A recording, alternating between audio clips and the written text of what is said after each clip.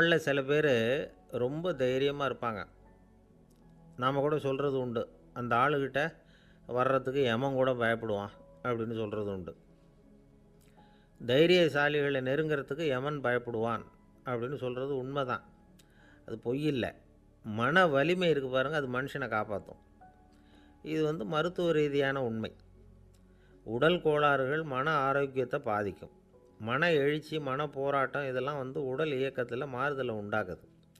சில வகையான நோய்களுக்கும் மனசுக்கும் இருக்கிற சம்பந்தம் என்னங்கிறத பற்றியெல்லாம் இப்போ ஆராய்ச்சி பண்ணுறாங்க.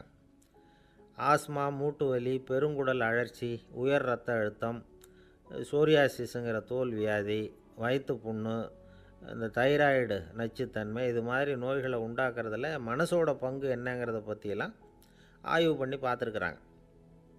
எதுக்கு எடுத்தாலும் சோர்ந்து போகிறது, தோண்டு போகிறது, இப்படிப்பட்ட மனவாகு, அதோட யாரும் நமக்கு உதவ முடியாது அப்படிங்கிற மனோபாவம், கைவிடப்பட்ட மனநிலைமை, இதெல்லாம் நோயோட தீவிரத்தை ரொம்ப அதிகரிக்க செய்யுதான். இவங்கெல்லாம் அந்த கைகால் வலிக்குது, உடம்பு அசதியாக இருக்குது, தூக்கம் வரல, முதுகு வலிக்குது, உடம்பில் உணர்ச்சி குறையுது, கை கால் விரல்லாம் மரத்து போகுது, இப்படி ஏதாவது சொல்லிக்கிட்டு டாக்டர்களை தேடி வந்துக்கிட்டு இருப்பாங்க. நெஞ்சு வலி யாருக்கு வருது தெரியுமா? பதற்றம், போட்டி மனப்பான்மை, அளவுக்கு அதிகமான வேகம், துடிப்பு, பேராசை, இதுலேயும் கட்டுப்பாடு, நேரம் தவறாமை, அப்புறம் இதெல்லாம் உள்ள மனவாக உள்ளவங்க இருக்கிறாங்கல்ல, அவங்க பெரும்பாலும் நெஞ்சு வலிக்கு ஆளாயிடுறாங்களாம். ஃப்ரீட்மேன் அப்படிங்கிறவர் நிறைய ஆராய்ச்சியெல்லாம் பண்ணி பார்த்துட்டு இதை உறுதிப்படுத்தியிருக்கிறார். அவர் பண்ணின ஆராய்ச்சியில் என்னெல்லாம் தெரிய வந்தது தெரியுமா? பொறுப்பு அதிகம் உள்ளவங்களுக்கு கண்டிப்பாக ரத்த அழுத்தம் வரும், அதிகமாக இருக்குமா. அதே மாதிரி கண்டிப்பாக இருக்கிறாங்கல்ல, அவங்களுக்கும் ரத்த அழுத்தம் அதிகரிக்குமா. ரத்த அழுத்தம் தனக்கு அதிகமாக இருக்குங்கிறத தெரிஞ்சுக்கிட்டவங்க தலைவலி, மயக்கம், இந்த தலை சுத்தல், அசதி, இது மாதிரியான உணர்வுகளை அவங்களுக்கு வந்துடும், அது மாதிரி உணர்வு. ஆனால் உண்மை என்ன தெரியுமா? இதெல்லாம் ரத்த அழுத்தத்தினால இல்லை. ரத்த அழுத்தம் கட்டுப்பாட்டுக்குள்ளே இருந்தால் கூட இவங்க இப்படி நினைக்கிறாங்களாம். இதுக்கு காரணம் மனசு தான் அப்படிங்கிறார் அவர். சில பேர் எப்படி தெரியுமா? ஒருத்தர் மாரடைப்பால் இறந்து போனார் அப்படின்னு கேள்விப்பட்டால் போதும், இறந்து போகிறதுக்கு காரணம் இதயம்தான் அப்படிங்கிற பீதியால், இதய தளர்ச்சி அப்படிங்கிற மனநோயால் பாதிக்கப்படுறார்.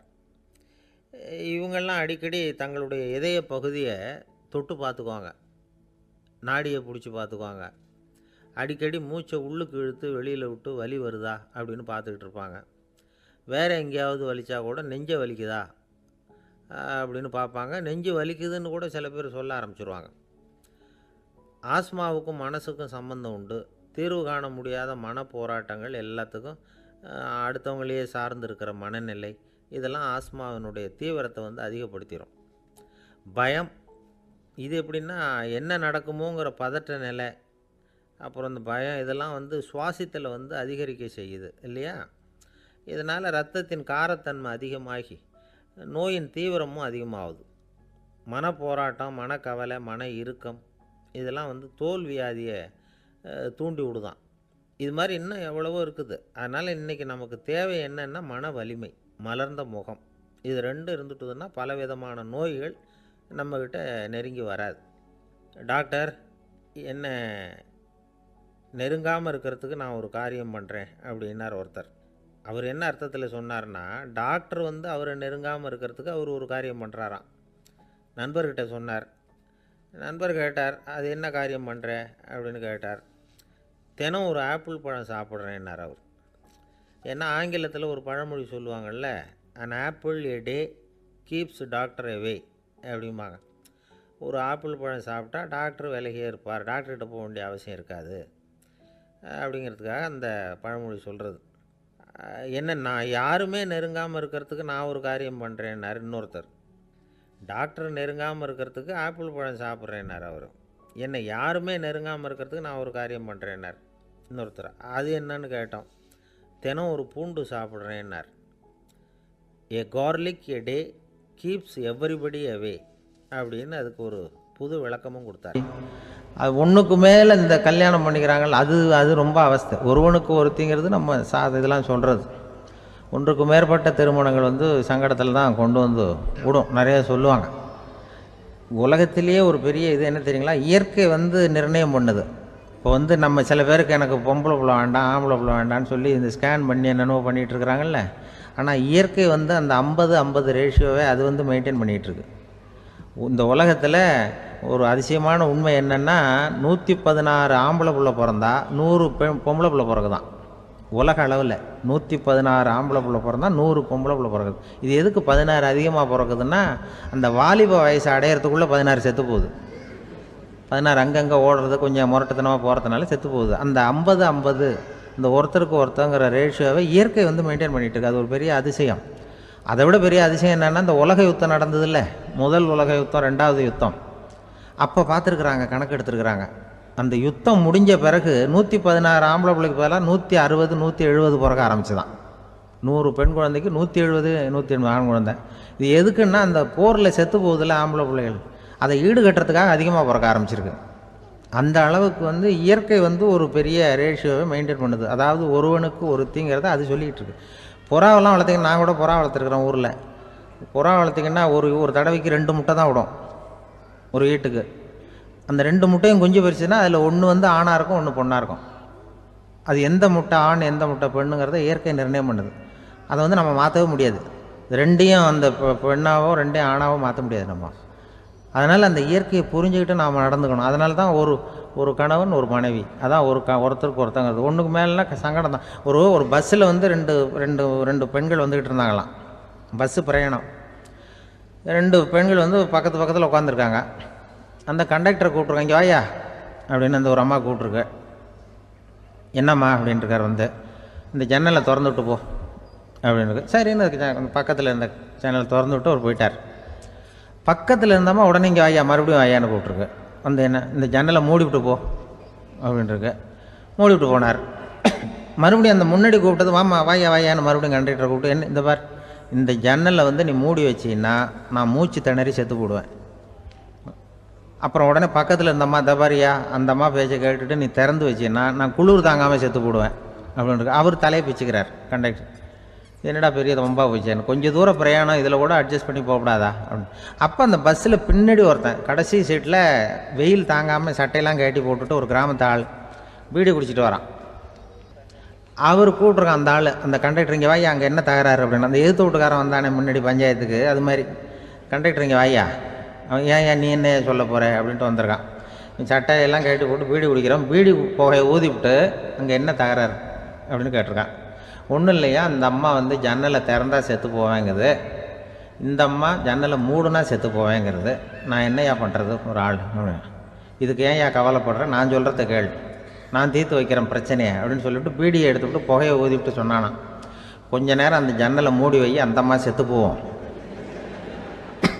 அப்புறம் திறந்து வை, இந்த அம்மா செத்து போவோம், நாம் நிம்மதியாக போகலாம் அப்படின்னு சொல்லிட்டு பீடி குடிக்க ஆரம்பிச்சிட்டான். அவருக்கு கோவம் வந்துட்டுது கண்டக்டருக்கு. உனக்கு என்னையா நீ பாட்டுக்கு சொல்லிட்டு போடுவ, அந்த 2 அம்மாவும் செத்து போச்சுன்னா அவங்க வீட்டுக்காரனுக்கெல்லாம் யார் பதில் சொல்கிறது அப்படின்னா, கவலையே படாத, 2 பேருக்கும் நான் தான் வீட்டுக்காரன். அதனால தான் அந்த யோசனையை சொன்னேன் அவங்ககிட்ட. அப்புறம் இதுதான், இந்த ஒன்றுக்கு மேலே போச்சுன்னா அது இயற்கைக்கு விரோதம், இப்படிலாம் ஆகும். அதனால தான் அவன் அவ்வளவு ஒன்றுமே வேண்டான்ட்டு கடைசி பெஞ்சில் போய் சீட்டில் உட்காந்துக்கிட்டான். அப்படி அது இயற்கையை புரிஞ்சுக்கிட்டு வாழணுங்கிறது முக்கியம். குடும்பத்தில் வந்து கணவனுடைய பங்கு என்ன, மனைவியினுடைய பங்கு, குழந்தை குட்டிகள்லாம் சொல்லுவாங்க. அப்படி இருக்கணும். கணவன்கிறவனுக்கு நிறைய சகிப்புத்தன்மை தேவைப்படுது.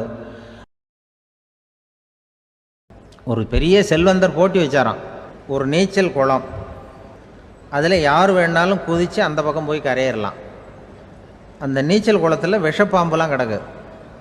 யார் துணிஞ்சி அந்த விஷப்பாம்பு இருக்கிற குளத்தில் குதித்து அந்த பக்கம் போய் கரையேறானோ அவனுக்கு ஒரு 100 ஏக்கர் நிலம் கொடுப்பேன், அது வேண்டான்னா ஒரு 1000 ஆடு கொடுப்பேன், அதுவும் வேண்டான்னா என் பொண்ணை கொடுப்பேன் அப்படின்னு போட்டி வச்சார். அதான் மாப்பிள்ளையை தேர்ந்தெடுக்கிறதுக்கு அவர் ஒரு வழி, நீச்சல் குளத்தில் குதித்து கரையேறணும். இப்போ அந்த ஊரில் இருக்கிற இளைஞர்கள்லாம் வந்து பார்க்குறாங்க அந்த குளத்தில் குதிக்கணும்னு. ஆனால் குளத்தில் வெறும் விஷப்பாம்புலாம் கிடக்கு. இது என்ன பண்ணுறதுன்னு பார்த்தா யாருமே குதிக்கிறதுக்கு தைரியம் வரல. திடீர்னு ஒருத்தன் துணிஞ்சு குதிச்சான். படபடன்னு அடிச்சுட்டு போய் அந்த பக்கம் கரையேறிட்டான். கரையேறின உடனே பரவாயில்லையே ஒரு ஆள் வந்துட்டான்னு சொல்லி அவனை அந்த இளைஞனை போய் பிடிச்சிட்டு வந்தாங்க. அந்த பெரியவர் கேட்டார், ஏப்பா இவ்வளவு பெரிய விஷப்பாம்பெல்லாம் கிடக்கிற நீச்சல் குளத்தில் நீ துணிஞ்சு குதித்து கரையேறி இருக்கிற, உனக்கு என்ன 1000 ஏக்கர் நிலம் கொடுத்துறவா, 100 ஏக்கர் நிலம் கொடுக்கவா சொல்கிறப்படி அப்படின்னா, வேண்டாம் சார்ன்றான். ஓஹோ அப்படின்னா ஒரு 1000 ஆடு வேணுமா உனக்கு அப்படின்னா, அதுவும் வேண்டாம் சார். ஓ அப்படின்னா என் பொண்ணு வேணுமா அப்படின்னா, அதுவும் வேண்டாம் சாருங்கிறான். அப்புறம் எதுக்குடா குதிச்சுன்ட்டு என்ன உனக்கு என்ன தான் வேணும் அப்படின்னு கேட்டிருக்கார். என்னை எவன் பிடிச்சி தள்ளி விட்டவன்னு தெரியணும் அப்படின்றான். அதுக்காக அவன் பார்த்துருக்கான். அப்படி இருந்தால் தான் துணிச்சல் வரும் இந்த காலத்தில். எதுக்கு இவ்வளவு சங்கடம்லாம் வச்சாங்கன்னா, ஒரு குடும்பத்துக்கு தலைவராக வர வேண்டிய ஒரு ஆள், கணவனாக இருக்க வேண்டியவனுக்கு துணிச்சல் இருக்கா, தைரியம் இருக்கா அப்படிங்கிறது பார்க்குறதுக்காக இப்படிப்பட்ட தேர்வு முறைகள்லாம் வச்சுருந்தாங்க அந்த காலத்துலலாம். இப்போலாம் கல்யாணம் பண்ணுறது ஆளுக்கு நேரில் பார்க்காமலே கூட கல்யாணம் நடக்குது இன்டர்நெட்டில். இப்போ சர்டிஃபிகேட் கேட்குறாங்க, நோய் நொடி இல்லாமல் இருக்காரா பார். காட்டுக்கெலாம் போக வேண்டாம், நேராக ஆஸ்பத்திரிக்கு போய் ஒரு சர்டிஃபிகேட் வாங்கிட்டு வா, உனக்கு ஒன்றும் வியாதி இல்லைன்னு ப்ரூவ் பண்ணு, அதுக்கப்புறம் பார்த்துக்கலாம், மற்றதை பேசுவோம் அப்படின்னு சொல்லி அப்படி இருக்குது நிலைமை. அதனால் குடும்பத்தில் அந்த கணவனாக இருக்கிற வேண்டியவனுக்கு பொறுப்பு அதிகம். ஏன்னா எல்லாத்தையும் அனுசரித்து போக வேண்டியதாக வந்தான். அப்படி தான் இருக்குது. அந்த கணவன் மனைவிக்குள்ளே விட்டு கொடுக்கறது அதெல்லாம் பற்றி நிறைய எல்லாரும் ஏற்கனவே நம்ம புலவர்கள்லாம் பாடியிருக்காங்க, எல்லோரும் சொல்லுவாங்க. ஒரு கணவன் ஒரு குழந்தை பிறந்து தான் ஒரு வீட்டில், அந்த குழந்தைக்கு என்ன பேர் வைக்கிறதுங்கிறது ஒரு தகராறு. இந்த குழந்தைக்கு என்ன பேர் வைக்கிறதுங்கிறதுல தகராறு வந்துடுது. யார்? கணவனுக்கும் மனைவிக்கும். அவன் என்ன சொல்கிறான், எங்கள் அப்பா பேரை தான் வைக்கணுங்கிறான் அவன். இந்த அம்மா என்ன சொல்லுது, இல்லை எங்கள் அப்பா பேரை தான் வைக்கணும் அப்படிங்குது. காலையிலேருந்து சண்டை, தகராறு. எதிர்த்த வீட்டுக்காரன் பார்த்தான், இது என்ன காலையிலேருந்து எதிர்த்த வீட்டில் தகராறு நடக்குது, என்னென்னு போய் கேட்டிருக்கான். என்னம்மா உங்களுக்கு உள்ள தகராறு, காலையிலேருந்து பார்த்தேன் அப்படின்னா, ஒன்றும் இல்லைம்மா, எங்கள் குழந்தைக்கு பேர் வைக்கிறதுல எங்களுக்கு உள்ளே ஒத்து போக முடியல, நான் எங்கள் அப்பா பேரை வைக்கணுங்கிறேன், அந்த அம்மா அவங்க அப்பா பேரை வைக்கணுங்குது, அதுதான் எங்களால் குடும்பத்தில் ஒரு நிம்மதி இல்லாமல் இருக்கிறோம், தகராறு பண்ணிகிட்ருக்கோம் அப்படின்னு நானா. அப்போ எதிர்த்த வீட்டுக்காரன் சொல்லியிருக்கான், எதிர்த்த வீட்டுக்காரன்னு நான் எதுக்கு இருக்கிறேன், நான் பஞ்சாயத்து பண்ணி வைக்கிறேன், உங்களுக்குள்ள என்ன இது பேர் தானே வைக்கணும், ஏன்ப்பா உங்கள் அப்பா பேர் என்ன அப்படின்னு அவனை கேட்டிருக்கான். எங்கள் அப்பா பேர் சீனிவாசன் அப்படின்ட்டுருக்கான். இந்த அம்மாவை உங்கள் அப்பா பேர் என்னம்மா, கிருஷ்ணன் அப்படின்னு சொல்லி. இவன் யோசித்து பார்த்தான், குழந்தைக்கு சீனிவாச கோபாலகிருஷ்ணன்னு பேர் வைங்க போங்க அப்படின்ட்டு போயிட்டான். ஏற்ற விட்டு தீர்த்து வச்சுட்டு போயிட்டான். போனதுக்கப்புறம் இவங்க 2 பேரும் பேசிக்கிட்டாங்க. சரி, இந்த சீனிவாசன் சரி கிருஷ்ணன் சரி, நடுவில் கோபாலன் யார் அப்படின்னு சொல்லி அவனை போய் இழுத்துட்டு வந்தான். எழுத்து வீட்டில் போய், அது யார்ரா, அது இங்கே வா, அது யார்ரா கோபாலன் அப்படின்னா, அது எங்கள் அப்பா பேர், நீ அதை மட்டும் எதுக்கு விட்டு வைக்கிற, அதையும் சேர்த்து வச்சுட்டு போடான்னு. அதாவது குடும்பத்தில் ஒரு கணவனும் மனைவியும் ஒரு சின்ன விஷயத்தில் கூட ஒத்து போகலன்னா இப்படி தான் ஏற்று வீட்டுக்காரன் பஞ்சாயத்துக்கு வருவான். கோபாலன் குறுக்க வருவான் ஒருத்தன். அப்படி அந்த அனுசரிப்புங்கிறது குடும்பத்தில் ரொம்ப அவசியம். கங்கை கரை தோட்டம் பக்கத்தில் ஒரு ஆசிரமம், அங்கே ஒரு பெரியவர் தங்கியிருக்கிறார். அவர் தான் ராமகிருஷ்ண பரமஹம்சர். அந்த ஆசிரமம் இருந்த இடம் கரக்பூர். வங்காளத்தில் பொதுவாக எல்லோரும் மீன் சாப்பிட்றது உண்டு. கங்கையில் குளிச்சுட்டு கையில் ஒரு மீனோடு வர்றது வழக்கம். இவர் இருக்கிற இடத்துக்கு கங்கையில் படகு வழியாக வரணும். அப்படி தான் எல்லோரும் வருவாங்க. வர்றவங்கள ஒன்று கூட்டி ஆன்மீக விஷயங்களை பற்றி பேசிக்கிட்டு இருப்பார். ஒவ்வொரு நாள் ஒவ்வொருத்தர் நகரத்துக்கு போகணும், வரும்பொழுது மீன் கொண்டுக்கிட்டு வரணும். அதுக்கு ஒரு அட்டவணையே உண்டு ஆசிரமத்தில். அது பிரகாரம் ஒரு நாள் சுவாமி யோகானந்தர் படகில் போனார். படகை செலுத்தினவங்க ராமகிருஷ்ணரையும் சுவாமி யோகானந்தரையும் மற்றவங்களையும் பித்தர்கள் அப்படின்னு சொல்லி ஏளனமாக பேசினாங்க. அவங்க என்ன பைத்தியம் பிடிச்சவங்க அப்படிங்கிறது மாதிரி. சுவாமி யோகானந்தருக்கு ரொம்ப மென்மையான இதயம். இவங்க இப்படி கண்ணாபின்னான்னு பேசுகிறத பார்த்தா மீனை வாங்கிட்டு திரும்புகிறப்போ என்ன நடக்குமோ அப்படிங்கிற பயம் வேறு வந்துட்டுது அவருக்கு. அவ்வளவு மென்மையானவர். இதை தெரிஞ்சுக்கிட்ட ராமகிருஷ்ணர், யோகானந்தா இங்கே வா அப்படின்னு கூப்பிட்டார். இவர் கண்ணீரை தொடச்சிக்கிட்டே கிட்ட போனார். சொன்னார், ஐயா, படகு ஓட்டுறவங்க உங்களை பற்றி மோசமாக பேசுகிறாங்க. என்ன திட்டினா பரவாயில்ல, ஆனால் உங்களை அவங்க திட்டுறாங்க, அதை என்னால் தாங்கிக்க முடியல அப்படின்னார். இதை கேட்டதும் ராமகிருஷ்ணருக்கு கோபம் வந்துட்டு தான். என்னது, உன்னுடைய குருவை பற்றி அவங்க மோசமாக பேசும்பொழுது நீ சும்மா இருந்தியா, வெளியில் போ அப்படின்னு விட்டார். குரு நிந்தனை செய்கிறப்போ அதை கேட்டுக்கிட்டு சும்மா இருக்கலாமா? குரு நிந்தனையை கேட்டால் பாவம் இல்லையா? என்னை தூற்றும்போது அவங்க வந்து பாவம் செய்கிறாங்க, அதை கேட்டுக்கிட்டு நீ சும்மா இருந்தால் நீயும் பாவம் செய்கிற அப்படின்னாராம். அடுத்த நாள் சுவாமி நிரஞ்சனானந்தர் போக வேண்டிய நாள். இவர் படகுல போகும்பொழுதும் அதே மாதிரி நடந்து தான். அவங்க மோசமாக பேச ஆரம்பித்தாங்க, திட்ட ஆரம்பித்தாங்க.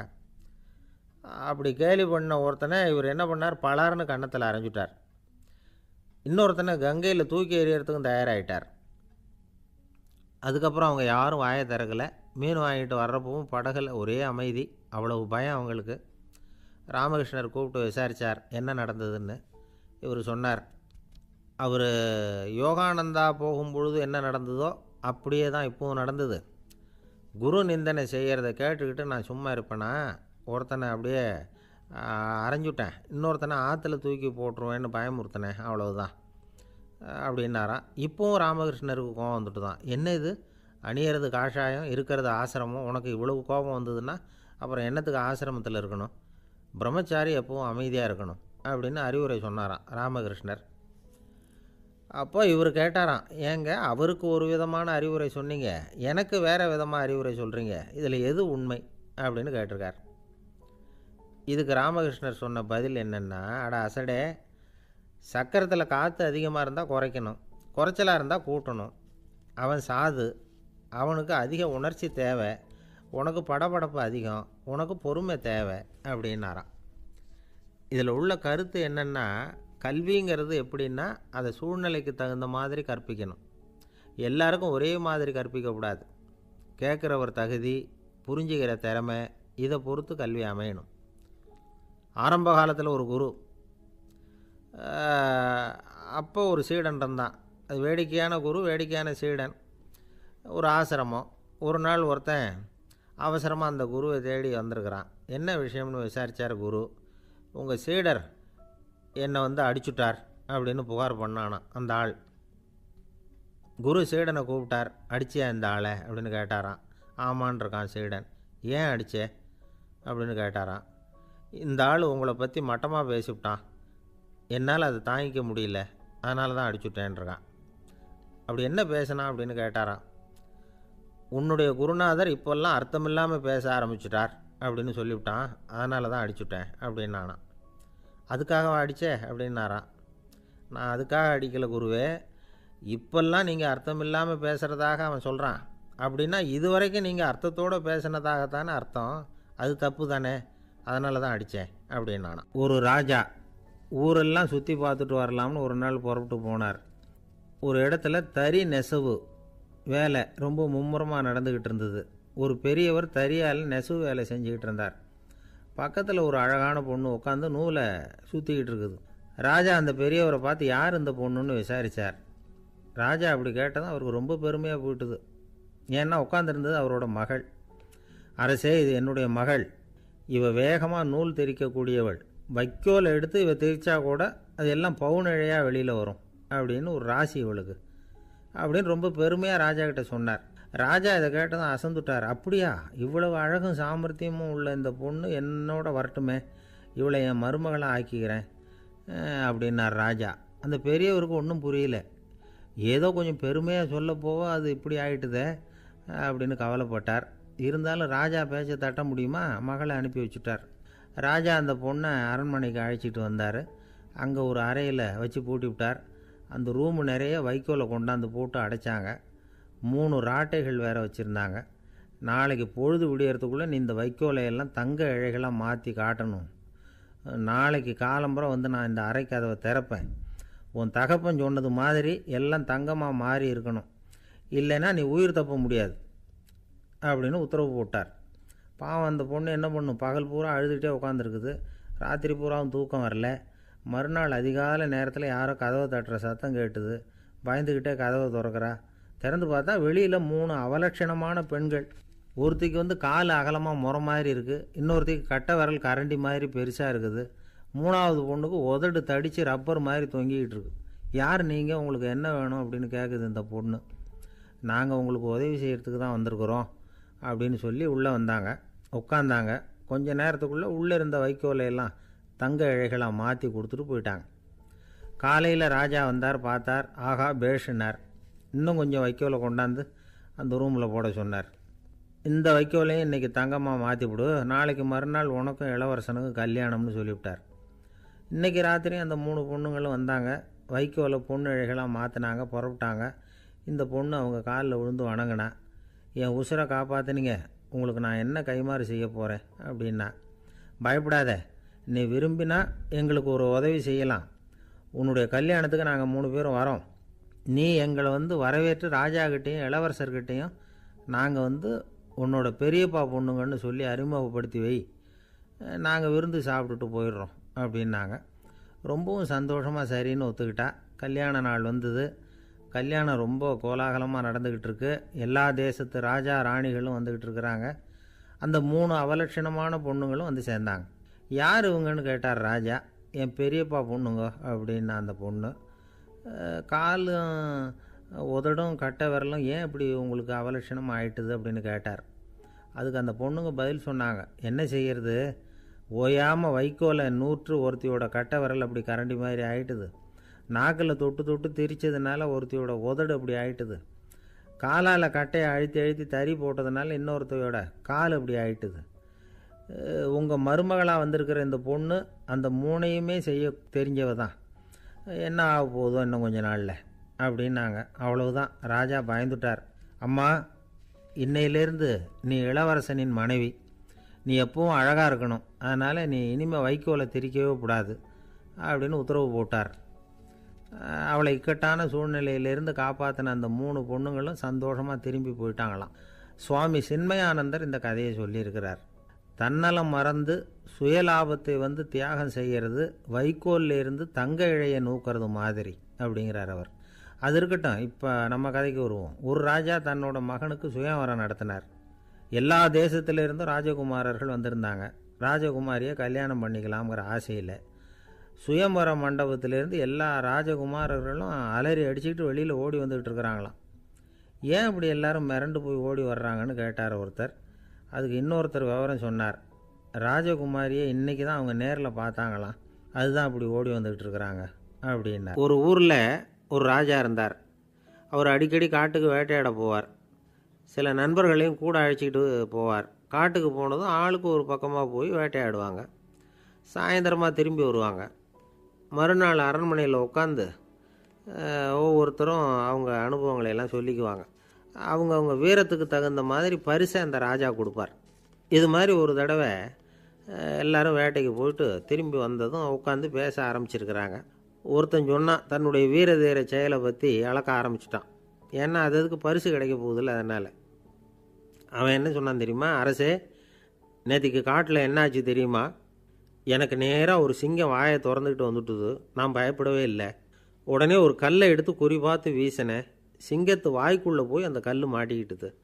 அவ்வளவுதான். அந்த சிங்கம் என்னை பார்த்துட்டு பயந்துட்டு ஒரே ஓட்டமாக திரும்பி ஓடி போயிட்டுது அப்படின்னா. ஆஹா பலே அப்படின்னு எல்லோரும் கை தட்டினாங்க.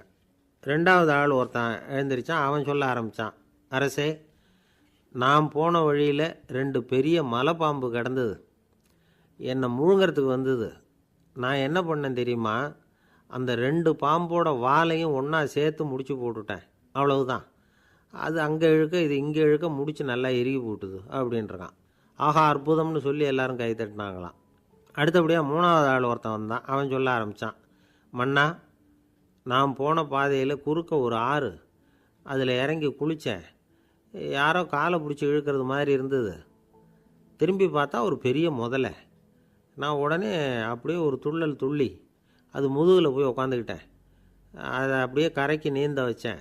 கரைக்கு சேர்ந்ததும் அப்படியே ஒரே துள்ளி குதித்து கரைக்கு வந்துட்டேன் அப்படின்றான். அவன் தன்னுடைய வீரத்தை அப்படி சொல்லியிருக்கான். அடடா எப்பேற்பட்ட வீரம் அப்படின்னு எல்லாரும் கை தட்டினாங்களாம். 4வது ஆள் எழுந்திரிச்சான். மன்னா, நான் போன இடத்துல ஒரு கரடி என்னை துரத்த ஆரம்பிச்சுட்டுது. நான் ஒரு மலை உச்சிக்கு வந்துட்டேன். அதுக்கப்புறம் ஒரு அடி எடுத்து வச்சாலும் அதில் பாதாளத்தில் விழ வேண்டியது தான். அந்த நேரம் பார்த்து ஒரு பெரிய ராட்சச கழுகு அந்த பக்கமாக பறந்து வந்தது. நான் உடனே அப்படியே உயர எழும்பி அந்த கழுகோட காலை பிடிச்சிக்கிட்டேன். அப்படியே தொங்கிக்கிட்டே வந்தேன். ஒரு நல்ல இடம் வந்ததும் தொப்புன்னு கீழே குதித்து நடந்து வந்துட்டேன்னா. இதுக்கும் எல்லோரும் கை தட்டுறாங்க. கடைசியாக ஒரு ஆள் எழுந்திரிச்சான். அரசே, நான் போன வழியில் ஒரு பெரிய யானை குறுக்க வந்தது. பயங்கரமாக சத்தம் போட்டுக்கிட்டே வந்தது. நான் பயந்து ஓடலை.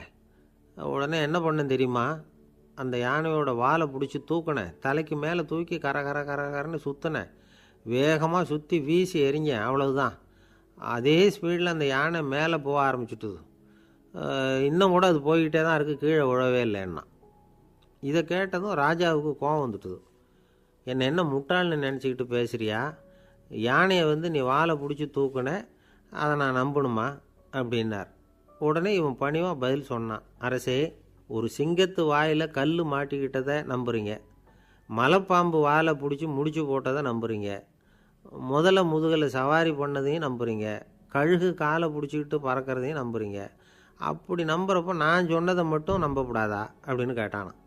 பொய் சொன்னவங்கெல்லாம் தலையை தொங்க போட்டுக்கிட்டாங்களாம். ராஜா அவங்கள பார்த்து சொன்னாராம், நீங்கள் எல்லாரும் என்னை முட்டாளாக்கியிருக்கிறீங்க.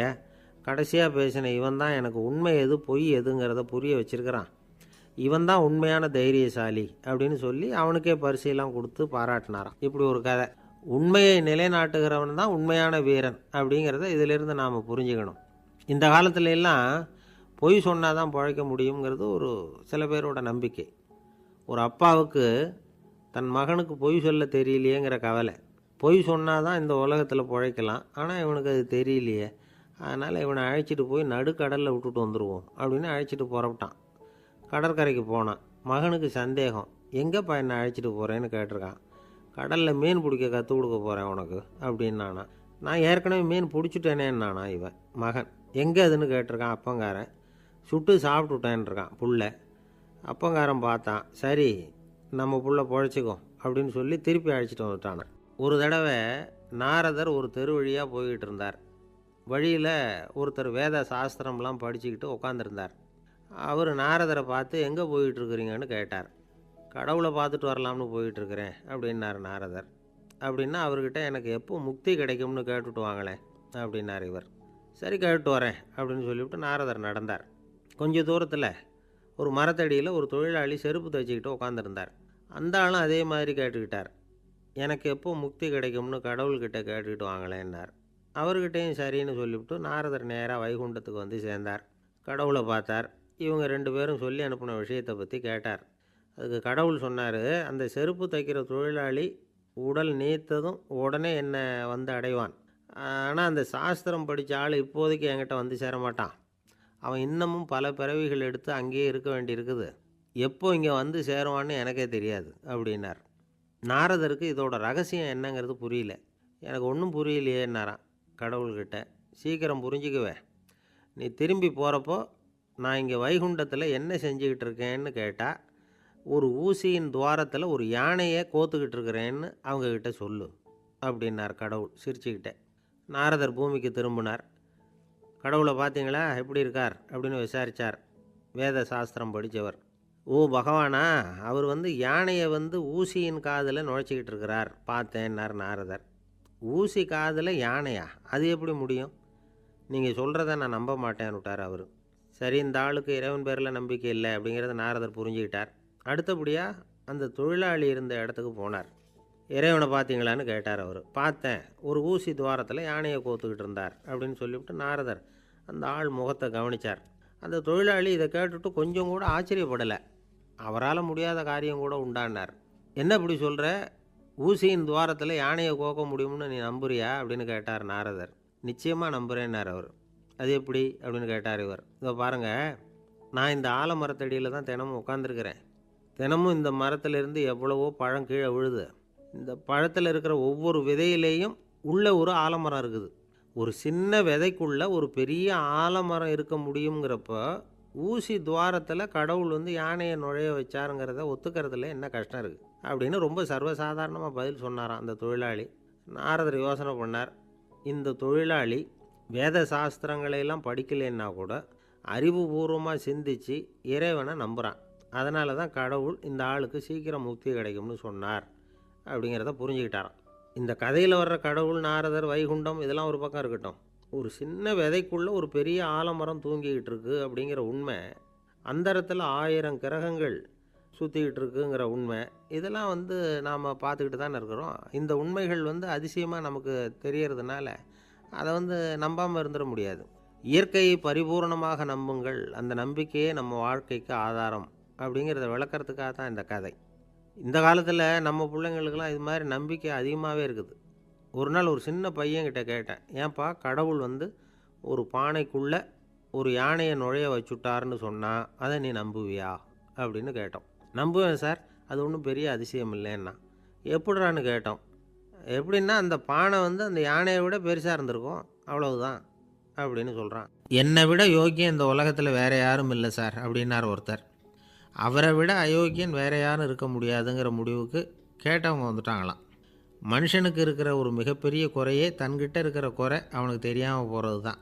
ஆனால் அடுத்தவங்ககிட்ட இருக்கிற குறை இவனுக்கு தெளிவாக தெரிஞ்சிடும். ஒரு ஒட்டகம் ஒரு கொக்கை பார்த்து ஒரு கேள்வி கேட்டுதான். என்ன கேள்வி தெரியுமா? உன் கழுத்து ஏன் இப்படி வளைஞ்சி போயிருக்குது அப்படின்னு கேட்டிருக்கு. இதுக்கு உடம்பே வளைச்சல். இது போய் கொக்கை கிண்டல் பண்ணுது. இன்றைக்கி மனித சுபாவமும் கிட்டத்தட்ட இப்படி தான் இருக்குது. இந்த உலகத்தில் குறையில்லாத மனிதர்கள் யாரும் கிடையாது, நாம் உள்பட அப்படிங்கிறத முதல்ல நாம் நல்லா புரிஞ்சுக்கணும். ஒரு ஊரில் ஒரு விற்பனை நிலையம் இருந்தது. செல்ல பிராணிகளை விற்பனை செய்கிற நிலையம் அது. நாய், கிளி, பூனை இப்படி நிறைய வச்சு விற்பனை பண்ணிகிட்டு இருக்கிறாங்க. நாய்க்குட்டி விற்பனை செய்கிற பகுதியில் ஒரு சிறுவன் நின்றுக்கிட்டு இருந்தான். விற்பனை செய்கிற ஆளுகிட்ட விலை கேட்டுக்கிட்டு இருந்தான். அதோ இருக்குதே அந்த நாய்க்குட்டி என்ன விலை அப்படின்னு கேட்டானா. 1000 ரூபா அப்படின்னாரான். சரி அது வேணாம், இது என்ன விலைன்றிருக்கான். 500 ரூபா அப்படின்னாரான். இந்த சின்ன பையன் கையில் வச்சுருந்தது வெறும் 50 ரூபா தான். அதனால் இதை விட குறைச்சலாக கிடைக்குமான்னு பார்த்துருக்கான். அந்த கடையில் ஒரு மூலையில் சரியாக கவனிக்கப்படாமல் ஒரு நாய்க்குட்டி படுத்து கிடந்தது. பாவமாக கத்திக்கிட்டு இருந்தது. அதை பார்த்ததுமே இவனுக்கு அது ரொம்ப பிடிச்சி போச்சு. உடனே அந்த கடைக்காரரை பார்த்து, அதுவும் அந்த மூலையில் படுத்து கிடக்குதே அந்த நாய்க்குட்டி என்ன விலை அப்படின்னு கேட்டிருக்கான். தம்பி, அது ஒரு கால் ஊனம், அதனால் அது உன்னோட குதித்து விளையாடவோ ஓடுறதோ அதால் முடியாத காரியம் அப்படின்ட்டுருக்கார் அவர். அது தெரிஞ்சு தாங்க கேட்குறேன், அதோட விலை என்ன அதை மட்டும் சொல்லுங்களேன் அப்படின்ட்டுருக்கான். தம்பி, இது வந்து கால் ஊனம் உள்ள ஒரு நாய். இதை போய் காசு கொடுத்து வாங்கிறதுக்கு யாராவது பிரியப்படுவாங்களா? இதை நான் உனக்கு இலவசமாகவே தர்றேன், எடுத்துகிட்டு போ அப்படின்னாரான். இதை கேட்டதும் அந்த சிறுவனுக்கு கோவம் வந்துட்டு தான். நீங்கள் ஒன்றும் சும்மா கொடுக்க வேணாம், இந்தாங்க 50 ரூபா, இதை வச்சுக்கிட்டு நாய்க்குட்டியை கொடுங்க அப்படின்ட்டுருக்கான். அவருக்கு ஒன்றும் புரியல, ஆச்சரியமாக இருந்தது. சரின்னு பணத்தை வாங்கிட்டு நாய்க்குட்டியை தூக்கி கொடுத்தார்.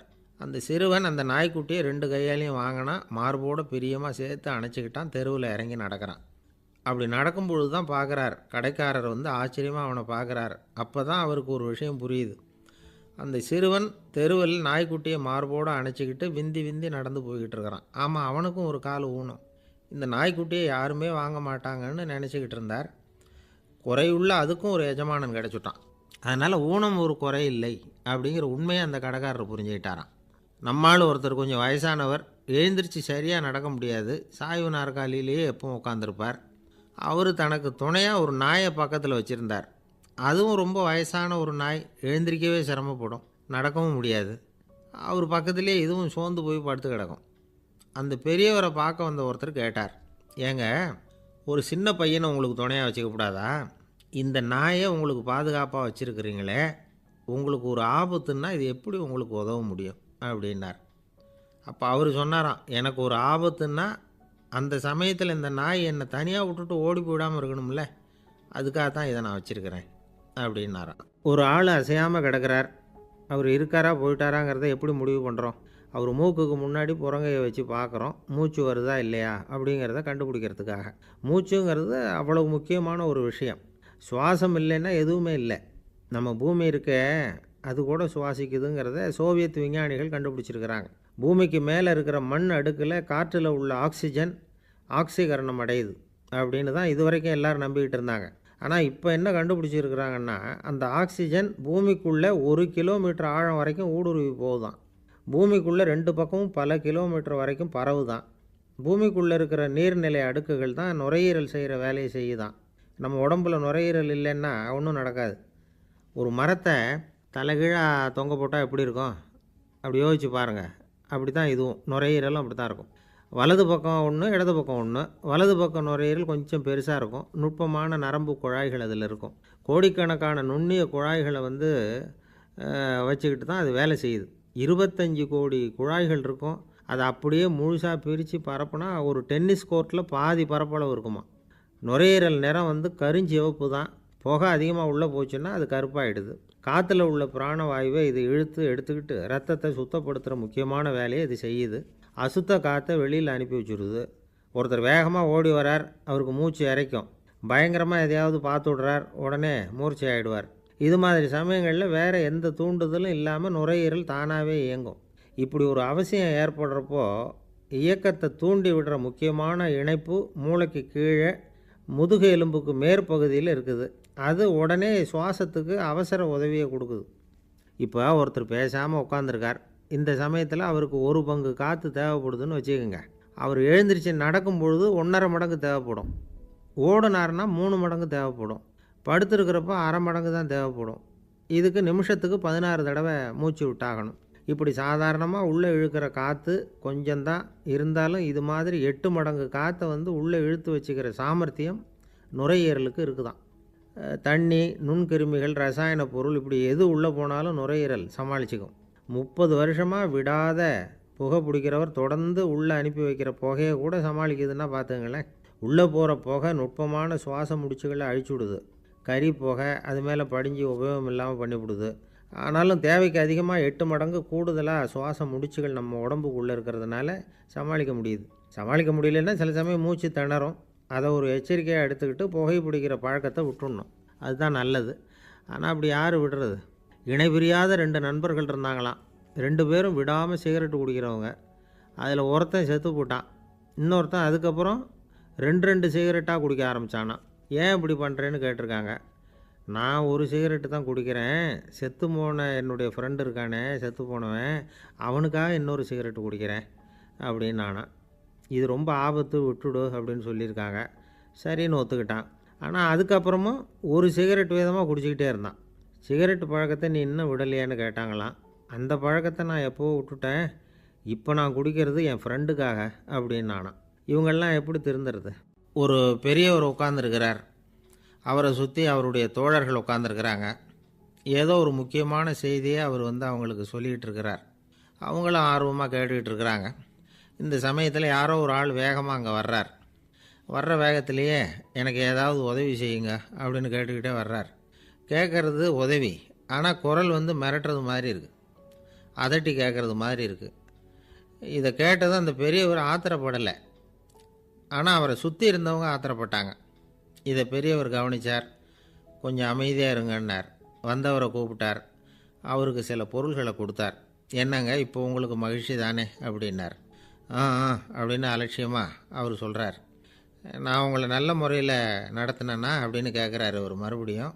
அதெல்லாம் ஒன்றும் இல்லை அப்படின்னு சொல்லி அவர் சொல்லிகிட்டு இருக்கிறாரு. குரலில் கடுமை குறையில.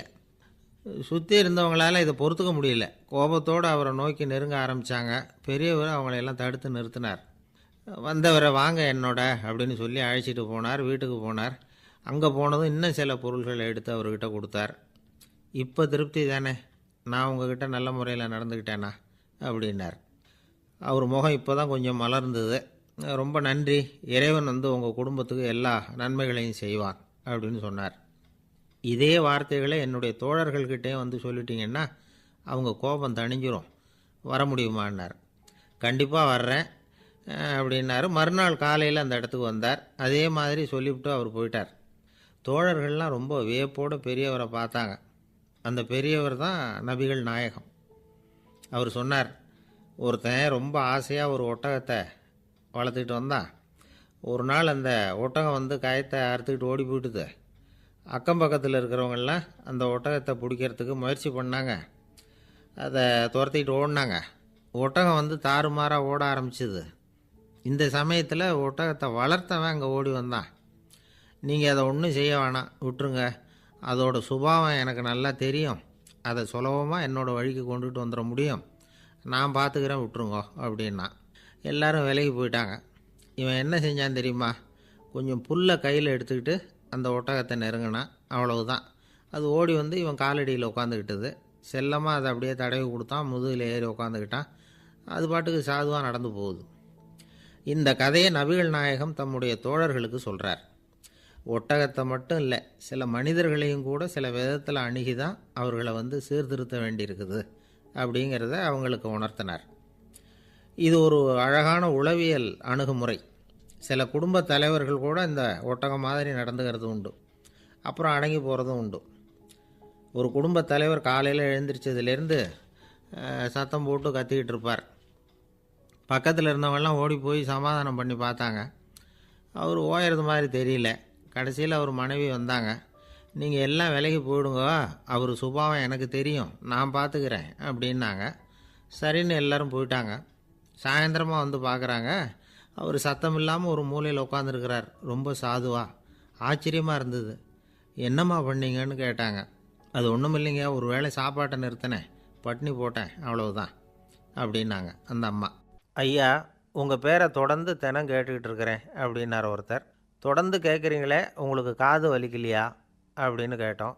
பேசுகிற உங்களுக்கே வாய் வலிக்கலை அப்படிங்கிறப்போ கேட்குற எங்களுக்கு எப்படி காது வலிக்கும் அப்படின்னார். நம்ம உடம்புல ஒரு அதிசயம் என்ன தெரியுமா? ரொம்ப நேரம் நாம் நடக்கிறோம்னு வச்சுக்கோங்க, கால் வலிக்கும். ரொம்ப நேரம் வேலை செஞ்சால் கை வலிக்கும், உடம்பு வலிக்கும்.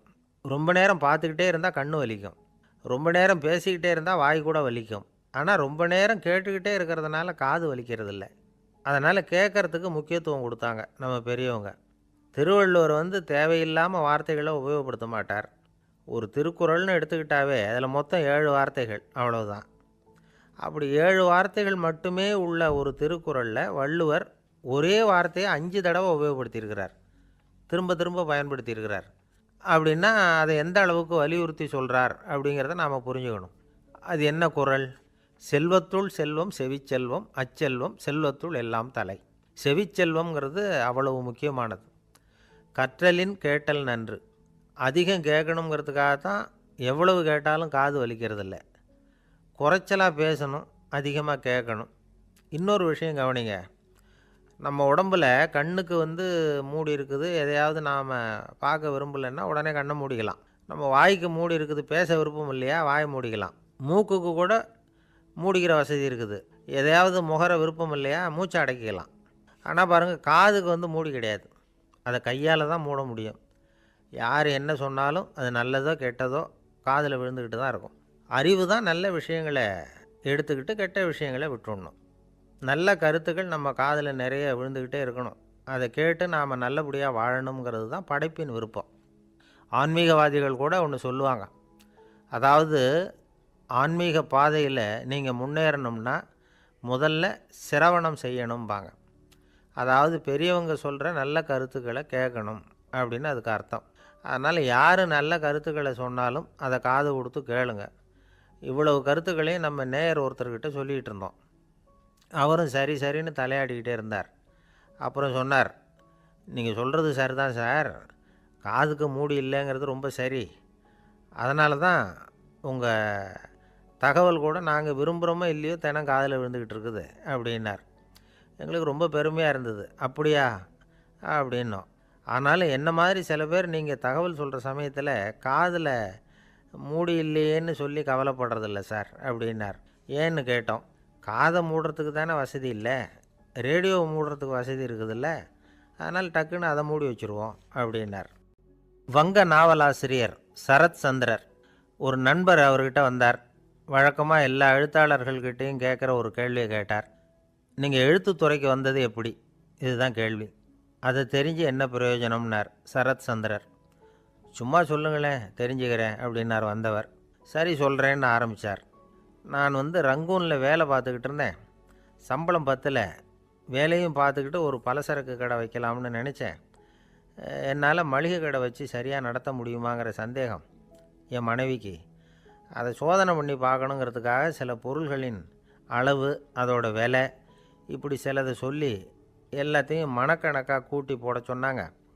என்னால் சரியாக கூட்டி சொல்ல முடியல. உங்களால் மளிகை கடை நடத்த முடியாதுன்னு சொல்லிவிட்டாங்க. உடனே என்ன பண்ணுறது, வேறு வழி இல்லை, கதை எழுத ஆரம்பிச்சிட்டேன் அப்படின்னார். கேட்டவருக்கு சிரிப்பு வந்துட்டு தான். சரத் சந்திரர் ஒரு பக்கம் சீரியஸான நாவல்கள், சிறுகதைகள் எழுதியிருந்தாலும் அவருடைய இன்னொரு பக்கம் வேறு விதம். நண்பர்கள்கிட்ட பேசும்பொழுதும் சரி, அவர்களுக்கு கடிதங்கள் எழுதும்போதும் சரி, கேலியும் கிண்டலும் நகைச்சுவை உணர்வும் அதிகமாக இருக்கும். காந்திஜி ஒரு சமயம் கல்கத்தாவுக்கு வந்திருந்தார். தேசபக்தர்கள் பல பேர் அவர்கிட்ட பேசிக்கிட்டு இருந்தாங்க. அப்போது சரத் சந்திரரும் அங்கே இருந்தார். கிரண் சங்கர் ராய் அப்படிங்கிறவரும் அங்கே இருந்தார்.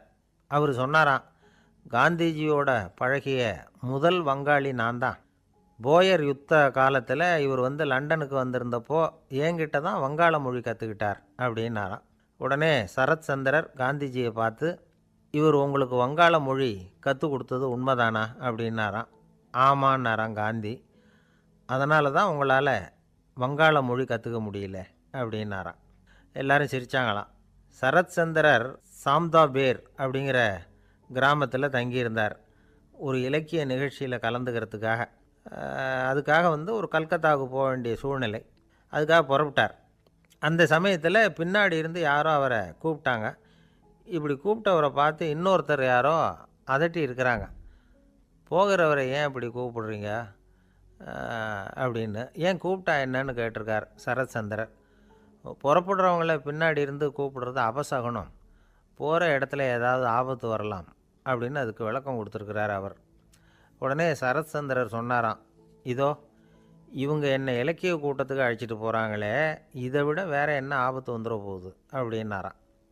இப்படி சரத் சந்திரருக்கு இயல்பாகவே நகைச்சுவை உணர்வு உண்டு. அவருடைய நண்பர் ஒருத்தர் வீட்டுக்கு கூப்பிட்டுருந்தார்.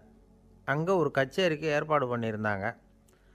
சரத் சந்திரருக்கு இயல்பாகவே கச்சேரியில் நீண்ட ஆலோசனையெல்லாம் கேட்குறதுக்கு பொறுமை இருக்காது. அதனால் மெதுவாக பாட போகிறவர் எப்படி அப்படின்னு கேட்டிருக்கார். அவருக்கு ரொம்ப நல்லா பாட தெரியும் அப்படின்னு சொல்லியிருக்கிறாங்க.